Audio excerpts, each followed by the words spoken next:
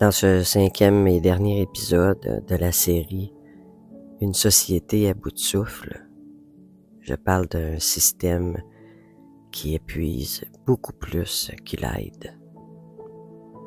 On parle souvent de système pour protéger, pour soutenir, pour accompagner, pour amortir les choses, pour éviter que les gens tombent trop loin, trop bas, pour offrir un filet de sécurité.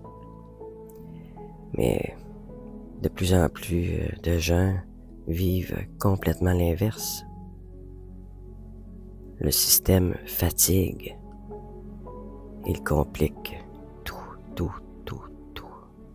Le système épuise. Ce qui devrait aider devient lourd, beaucoup plus lourd que la détresse elle-même.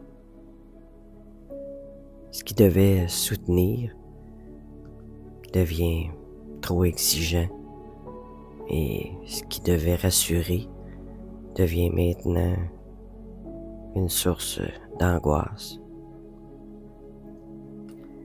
Les démarches sont épouvantablement longues. Les règles de plus en plus rigides et les réponses tardent. Très souvent, elles arrivent trop tard.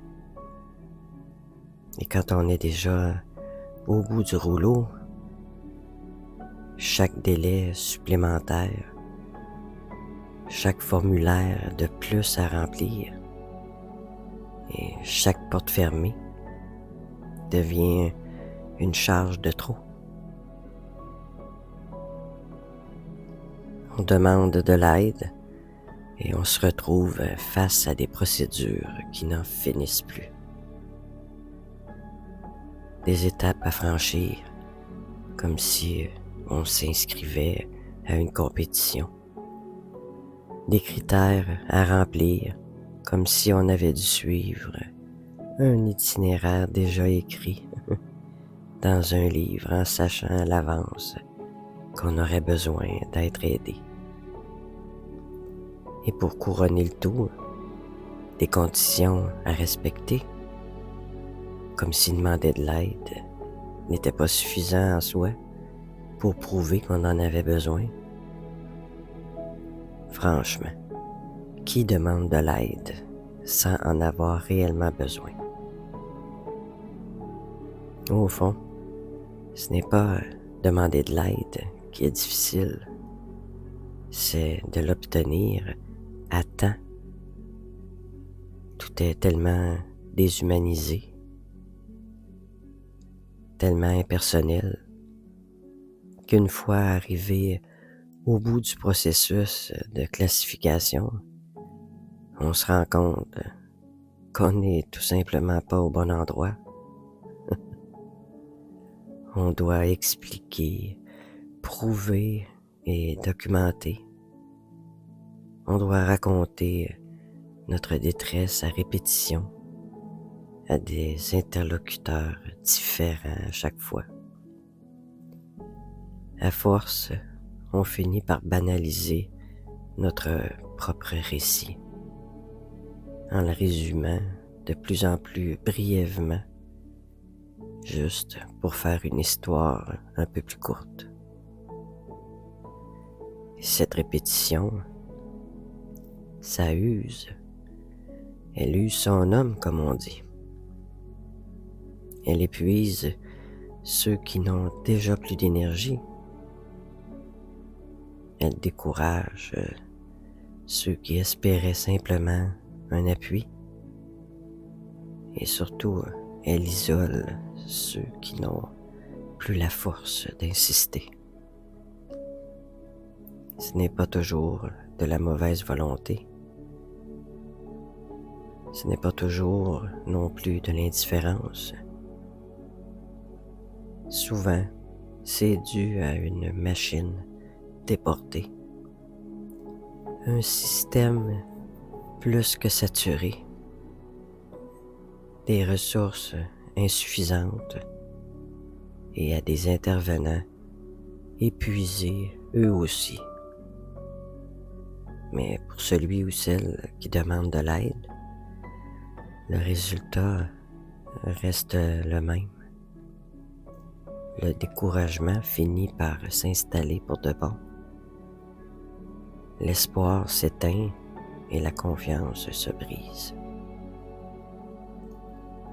Plusieurs abandonnent les démarches.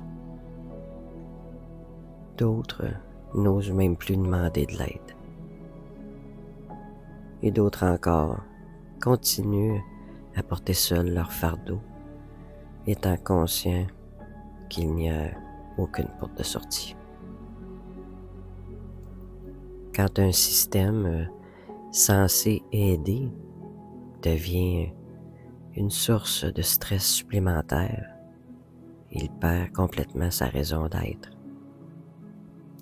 Il ne remplit plus sa fonction humaine.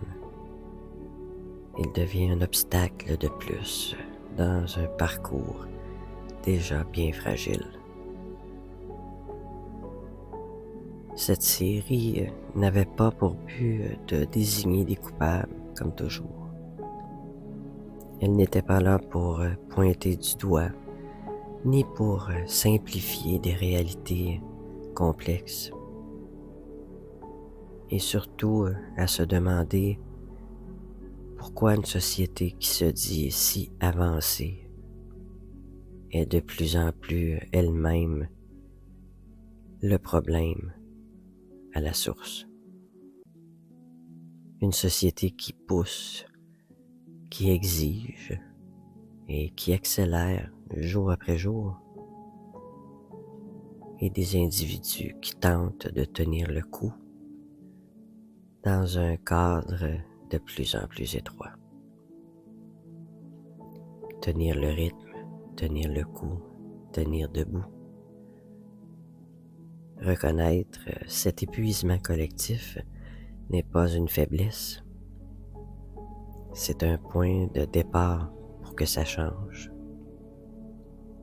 Parce qu'une société qui accepte de regarder ses limites a encore une chance de se réajuster, de ralentir, d'alléger et de repenser ses priorités. Cette série se termine ici, mais les questions, elles, ne se ferment pas.